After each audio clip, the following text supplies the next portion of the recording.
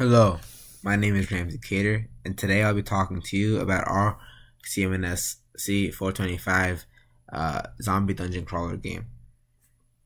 So we'll get started with the main menu. This is our game. We'll go ahead and click on Start Dungeon to start our game. First thing that you'll see is it will spawn us inside of a spawn room. Nothing very interesting here. It's very small, but we have a few entryways that we can pursue. You can also see in the mini map that this yellow square is our current room, and these two silver squares are the are rooms that we know of but we have not visited. These three red blocks up here are our health blocks. Each block represents two pieces of health, as well as our key display. So this is how many keys we have, since some doors might be locked. So if we move down, you'll see that we have a room that spawned an enemy. You can see that this door right here has a skull, which represents that this is a boss room this way. You can also see that the door that I entered from also locked until I kill this enemy. Right? You can see when I get damaged, blood spawns, and when I damage him, blood spawns as well. You can also see that the blood is actually respawns off the walls, right? So let me see how the wall, how the blood bounced off against that wall. So it's all physics based. You can also see in our mini map that there's a new red room that spawned. That red room also represents a boss room. This allows you to focus on the door, but if you miss the door, you can see it through the mini map. As well, if you look up here, you can see that I took about 3 units of damage, represented as through my health bar. So I can either go over here and fight the boss, or I can go over here and experiment and explore this room that we haven't explored yet. So this is a puzzle room. So a puzzle room does not have any enemies, but it adds another level of engagement to the game, right? So I can go ahead and attempt to solve this puzzle. This is a conveyor puzzle that moves the player around to these locations that are don't have conveyor belts on them. This is very similar to the ice dungeon in Pokemon, where you can only move around on patches of snow, and if you stood on ice, you'd slip on the ice in one direction. So here, if I went left and left again, you'd see that I get the key, and I can find my way out from here. So this seems to be all the rooms that I know of. So I'll go ahead and just go to the boss room and finish the dungeon. So you can see there's the boss. He's a little bit bigger. He has this health bar down here, and he takes some more health to complete. When I do kill him, though, I get this black box, which represents stairs to a deeper and more complicated dungeon. So if I enter the stairs, you'll see off the get-go, there are 4 rooms around me. That's already more rooms than I had in the previous dungeon. And you'll see that I spawn next to the boss room over here, as well as this room seems to be locked. Luckily enough, I have 1 key, so let's go ahead and explore what is behind this room. So you can see I have another room full of zombies. The cool thing about those zombies will spin around until they see you, and then they'll dash at you.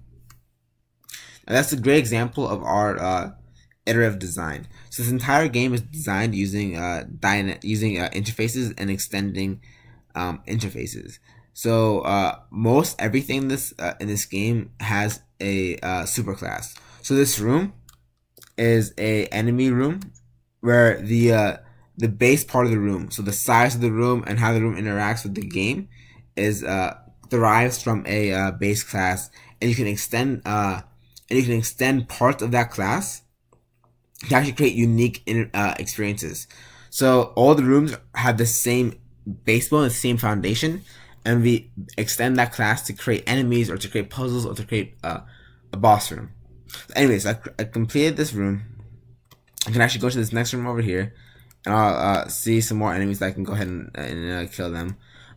Whenever I kill a room, I have the random chance of spawning a key, as you can just see. So this key spawned after I killed all the rooms, as well as the store opened. After I kill all those enemies, excuse me. So I can actually pick up this key, and then you'll see that that ticker goes up by 1. I'll actually be able to explore the rest of the maze. So one thing I want to show you is these enemies are also iterative. So every enemy has 4 aspects.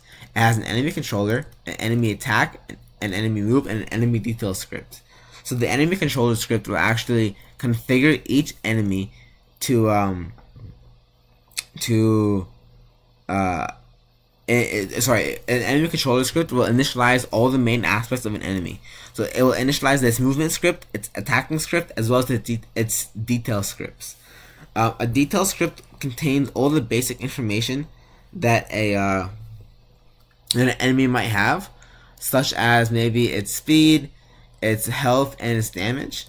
But what it also can do is it allows you as the developer to extend it and to add additional attributes to it. So for example, let's say on that dashing enemy, I might control how I might have an additional attribute for dashing, or an additional attribute for how for like the speed at which it turns around, right? This allows us as developers to focus more on the design than the development. So if I go back into here, I'll finish the this last boss and go in here, and you can see that I've explored two dungeons, 10 rooms, and 10 enemies. So now what I'm gonna go ahead and do is I'm gonna stop the game, and then I am actually gonna open up our dungeon scene, and I'll control our dungeons our game manager script.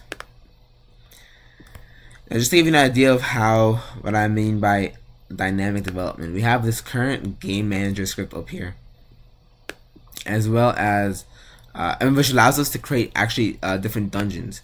So if I go down here, you can see we have 2 kinds of enemies. We have enemy for a spinning enemy and a shooting enemy.